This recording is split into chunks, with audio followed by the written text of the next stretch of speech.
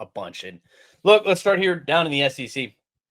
The Georgia Bulldogs. They got smothered by the Ole Miss Rebels. And last year, it was about this time last year that they went to Athens and they got absolutely blitzed in that game. They got blown out. They got physically pushed around. We talked about it on this podcast. We talked about it. It's been talked about a lot throughout the course of the build up to this game. And they got out physical in that football game against Georgia last year. And Lane Kiffin saw that. He took the message to heart and he went and hit the transfer portal hard. They spent more money in the transfer portal than just about anybody in college football. This is a tailor-made roster to win right now. And they had some hiccups throughout the course of this season, but it just peaked. And what we saw against Arkansas last week was not a fluke, but more impressive than that, what we saw from this Ole Miss defense. Yeah, I mean, look, 30 points was our number. That's what it had to be for the Georgia Bulldogs, and the defense did its job. Don't get me wrong. I think there were some defensive issues in this game. You had guys running open. You had a chance to win field position battles and stuff like that. But largely, you held Ole Miss to field goals. 30 points was the number in this game, and Georgia couldn't get there. And look, you're not going to win a national championship protecting your quarterback. And I don't mean the offensive line. I mean the play calling. Yes. They have got to figure something out, whether it's a quarterback change or whatever's going on with Carson Beck.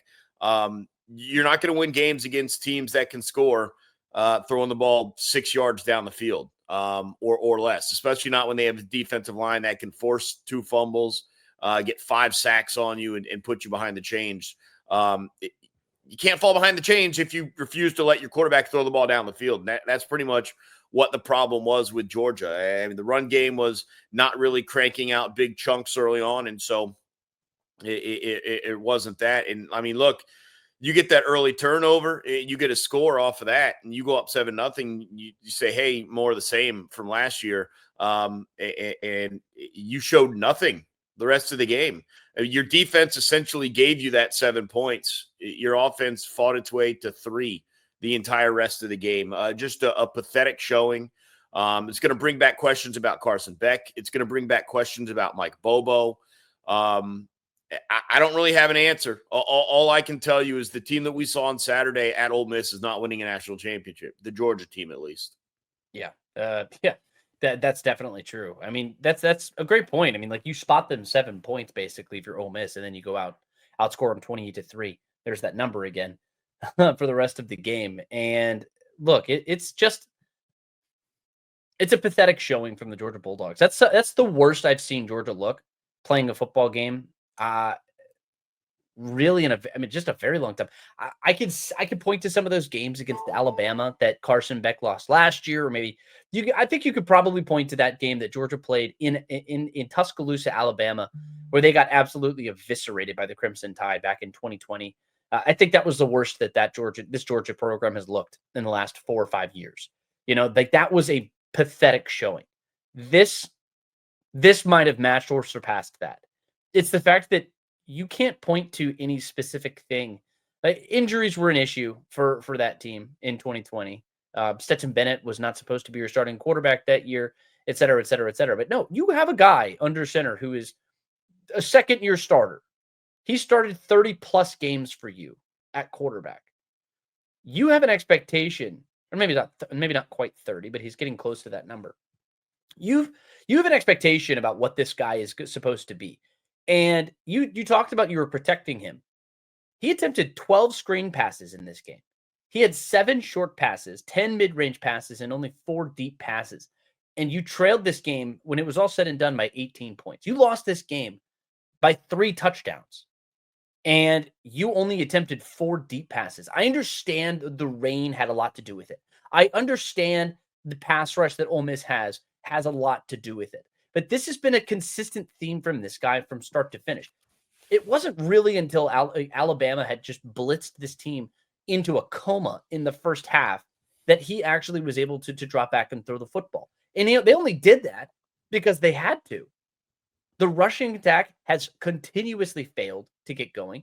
The defense played pretty well, all things considered, against a potent Ole Miss offense.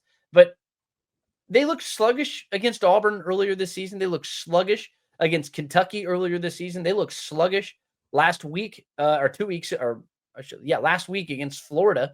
And they look terrible in this game right here. This team is just not good enough. And that's really what it all comes down to. It all boils down to that fact. And it starts under center. It starts with your play caller. There are a lot of issues that this team has. And it doesn't help. It doesn't help when you don't have a wide receiver who can separate. You don't have an offensive line with any continuity because they've all been hurt. Your rushing attack, you don't have a dude in the backfield. I can't look to a single guy and say that's the guy. I assumed it was going to be Nate Frazier, Trevor Etienne coming into the season, but it hasn't manifested itself. It hasn't actually come to fruition. The offense is just not good enough, and that's all there is to it.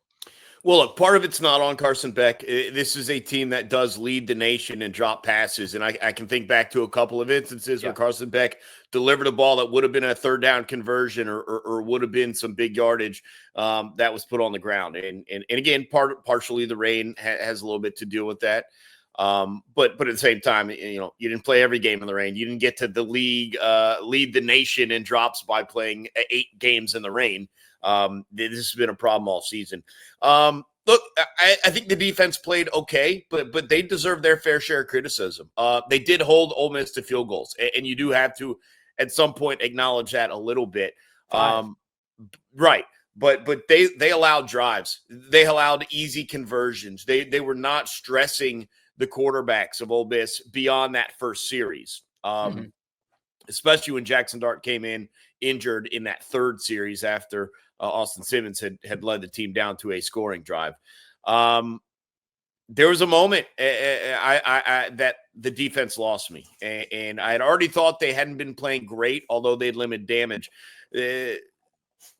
Thorson put a punt down to the half-yard line, the 1-yard line, and Georgia's D let Ole Miss out of trouble in that moment. And that was the moment where I'm like, man, this feels like the sort of situation where a different Georgia defense either gets a safety, it gets a turnover, or forces an immediate punt.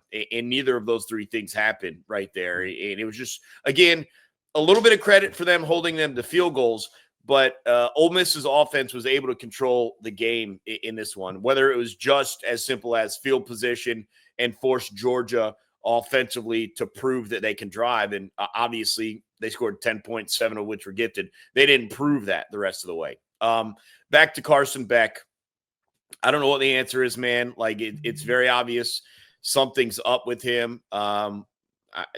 We've been asking the question about Gunnar Stockton, and we'll continue to ask the question, but until we see him, it's tough to tell. The problem is you got now a Tennessee team coming in, and it's not like you're making a change now. I mean, maybe we see Gunnar Stockton against Ole Miss or something like that. But there was a stretch earlier in the season you probably could have used that time to work it out. But I mean, look, the thing we'll say about Georgia is it still feels like they can be one of the best teams in the nation. But the expectation that they are, at least right now, is gone. Their offense doesn't scare anyone. Like they don't punk anyone offensively. And I think that allows other teams to come in feeling a little bit more confident than they have in recent years. Can they still win a national championship? I believe so. I don't know how they're going to find it, right? But that's their only hope at this point. I would say they're closer to missing out on a 12-team playoff right now than they are to winning the championship. Damn. And that's the indictment. That really is it, because now you have Tennessee coming into Athens next week, and you lose to Tennessee, you're not making the 12. You lose to Tennessee. You're not going to make the 12. I mean, look, you already in a situation where you're counting on tiebreakers at this point just to make the SEC title game. You're not making the SEC title game. That ship is sails. Right. Probably. It probably for the better, because if you were to play that game and lose it, you weren't going to make it. Georgia's best hope is not to fall too far in the rankings, and they have to win out and hope they get in at large. They're not hosting. I mean, they're not even going to be hosting. They're probably visiting someone. It depends what other teams do, obviously, the rest of the way, but there's a good shot that they don't even host a round 1 game. Yeah. And look, I do know this. So you could go and win Tennessee. You can beat Tennessee next week, and it changes the perception of your season here. Like if they go out and put on a show like they did against Texas, and they win that game convincingly, they flip right back into it. I'm just curious to see how far they fall. In the AP poll, they're ranked at number 11 now, which is the lowest they've been. The first time they've dropped out of the top 10 since 2020. And I mean, they deserve to be where they are. Now, don't get me wrong. I'm interested to see where they drop in the college football playoff poll, which already had them behind Ohio State in that ranking. So it already showed that you have, like, as far as the marquee teams went, there were some question marks. But we'll see how much the college football playoff committee values that win. I do want to say this before we move on, Abe. It's the thing that I saw circulating social media. It was the picture of Carson Beck grinning on the sideline in the fourth quarter. Do you make anything of that at all? No, I was sitting there when you saw it. I thought you were making a way too big of a deal of it. Look, the same way you don't judge anything by a still photo or a moment. Like, we don't know what was said to him by the guy sitting next to him. Like, at any point, you can sit and find some guy smiling when he shouldn't be smiling. I make absolutely nothing of it. I tend to agree.